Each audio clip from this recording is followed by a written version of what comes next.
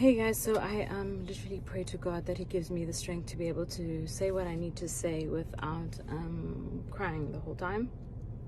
But I do realize I have been trending today, and things have been said about me to all my true supporters and followers.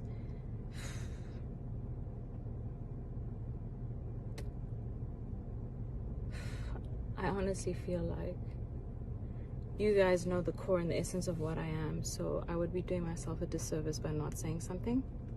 I think probably what I did wrong in the past is brush all of this under the carpet and not say anything, just because I don't like drama. I'm a peaceful person. I prefer to focus on my own things, but I'm different. I've grown, and I think I'm a really strong woman, and I believe other women should never ever let another man step on the name you've built, so you've worked so hard to build.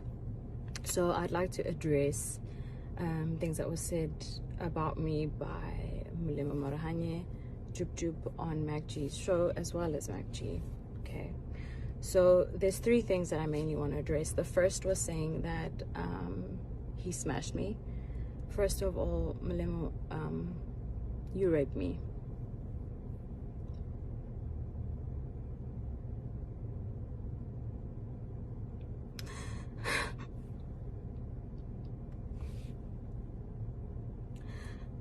I was raped for 2 years solidly.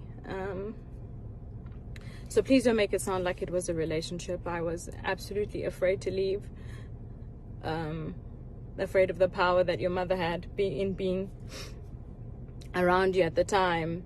I was aware of the stifling and sifting of money your mother was doing with Oprah. So and also what you guys did in terms of muti and medicine, which you made me believe my life would be at danger if I spoke up. So no, you didn't smash me. You forcefully opened my legs and forced yourself on me numerous times for 2 years, and made me believe I had no way out.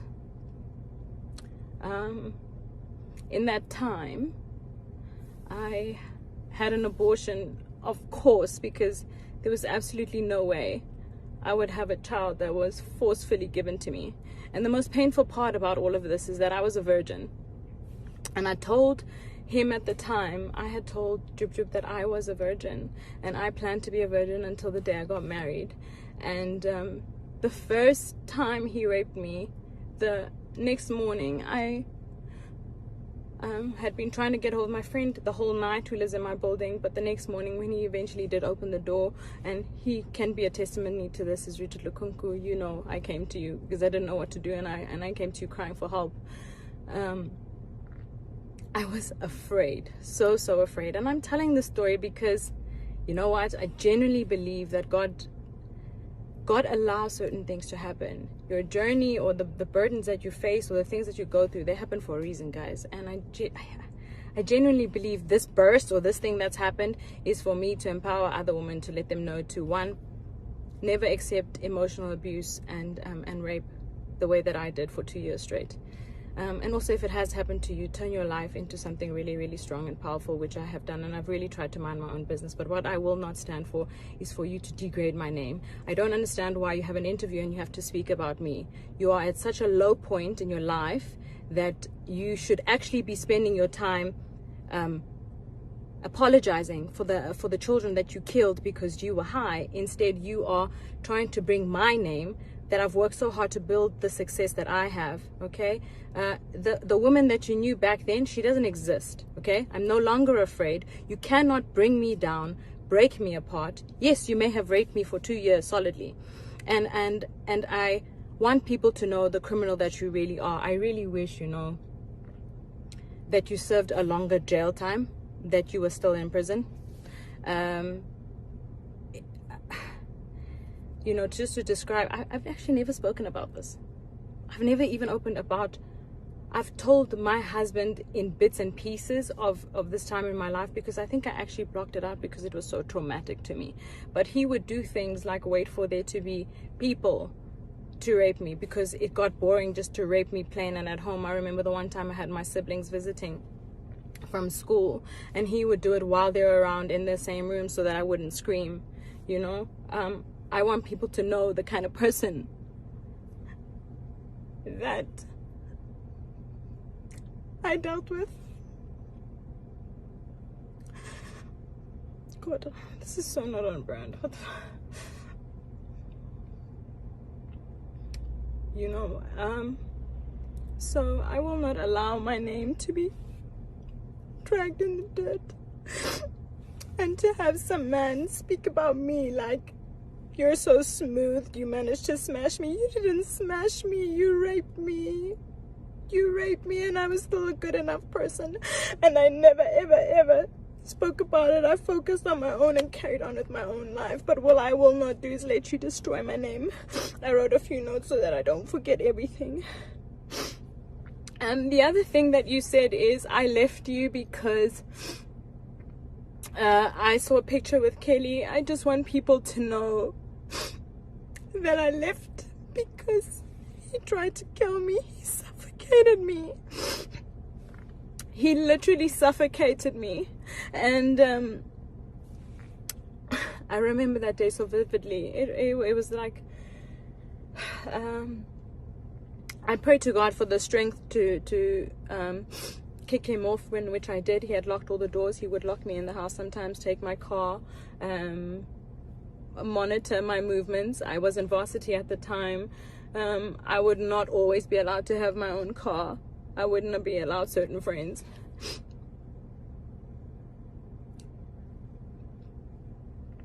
My friend Lusanda,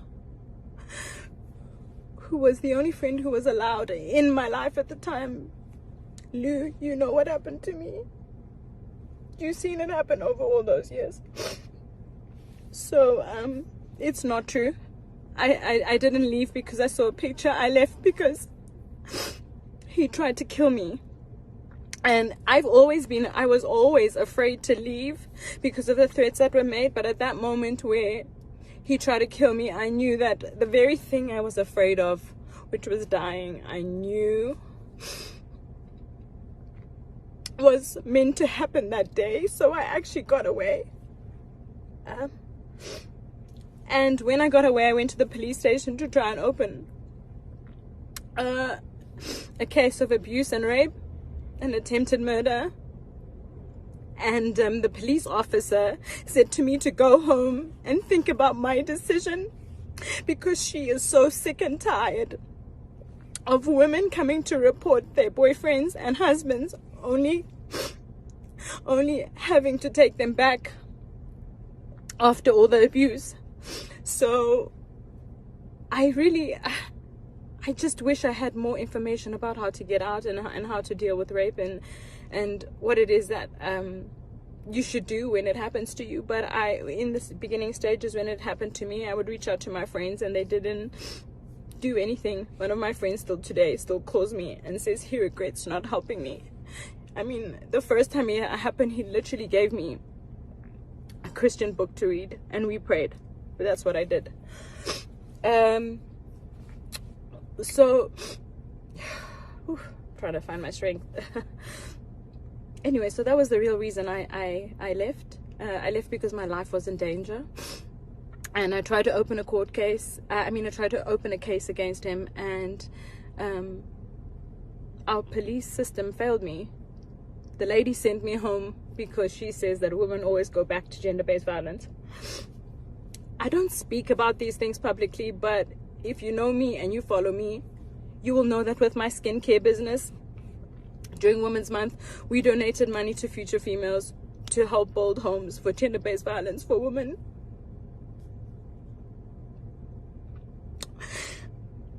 For women who have been victims to gender-based violence. This is a cause I am extremely passionate about. And it's enough. My name will not be destroyed by a man ever again. The other thing that I would like to address, sorry, my phone cut, is saying that I specifically came to visit Mulemo in prison on some personal visit. All right, so DJ Spoo, actually, I do a lot of charity work. DJ Spoo called me and said, would I be keen to do some charity work? There are some prisoners in the cells who have decided to change their lives around, who have been studying, and they're having a graduation. So I actually went there for a charity event. I had no idea that Molemo was one of the criminals locked up in that very prison. I had no idea he would be there. I had no idea there would be media there. I went there for a charity event, and in fear, I panicked. He asked for a photo. I took the photo and did my best to smile. But I did not go there to visit him. So, speaking in public, telling people that I came there to come and have a personal visit is not true. The other thing I want to say is, one of his close friends had reached out to me because there was a funeral, and he said to me, Amanda, hey, we haven't heard from you in a long time. You know, what happened to you? And I said, well, you know, to be blatantly honest, your friend has been raping me. I endured rape for 2 years, so I don't ever want to see him again. And he said, why didn't you say something? Because we've had so many out-of-court settlements for him doing similar things to different women. So, macg, Molemo, Marohanyo, Jub, both of you, for the fact that you, especially macg, you find gratification of not verifying facts for your own personal gain and financial standing, when you could potentially be destroying people emotionally, not knowing what they have been through. I urge any woman who have been abused, raped by both macg or Molemo to come forward. And Kilikumala, I just want to say, I believe you. And I think you're an incredible mom. I don't need to know the details because I endured the trauma myself. And I know you probably fought to be alive too. So, you know, any woman who've endured any abuse from macg, from Molemo Jub, because I genuinely believe that it takes an abuser and someone who condones gender-based violence to have been able to conduct an interview like this and to speak of women in such a manner. It is 2021, guys. It is not okay anymore. Okay, we may have accepted your abuse before. Our parents and grandmothers before us may have accepted it, but this stops here. Okay, I am the example. If there's any of those women who have been abused by these men, I urge you to please DM me, come forward, and we will fight them together, because I'm not afraid anymore. Okay, and evidently they're using my name in their interviews for relevance, because I'm quietly focusing on my career, which is very successful at that. God has been so good and gracious to me, but I also believe that God would have not allowed these things to happen to me if there wasn't a purpose and a reason for it. Okay, so if you've gone through this by these men, please reach out to me and we'll fight them. We have a very big problem of gender-based violence in this country, and I think that the change will only start if we start to speak up. It needs to stop, guys. It's not okay. And you need to know that if you have been a victim of this and this has happened to you, you have not done anything wrong. And it is absolutely okay to stand up for yourself. And it doesn't matter what anybody thinks. And don't worry, my biggest thing was, would people believe me? And that was my biggest thing. And the second thing was, would it affect my work? You know, as a female, I genuinely believe we're always fighting double time against the opportunities that men have. So I didn't want to create any problems for myself. I just wanted to make sure that I was successful at all costs. And although that's what I may have wanted, I realized that putting this, I literally stored this under a rug and I hoped that I would forget about it, but I never dealt with it. And listening to a podcast like that, having it played back to me, I cannot believe that somebody would fabricate that amount of lies. Molemo, I don't know Obviously I know why. This is for clout.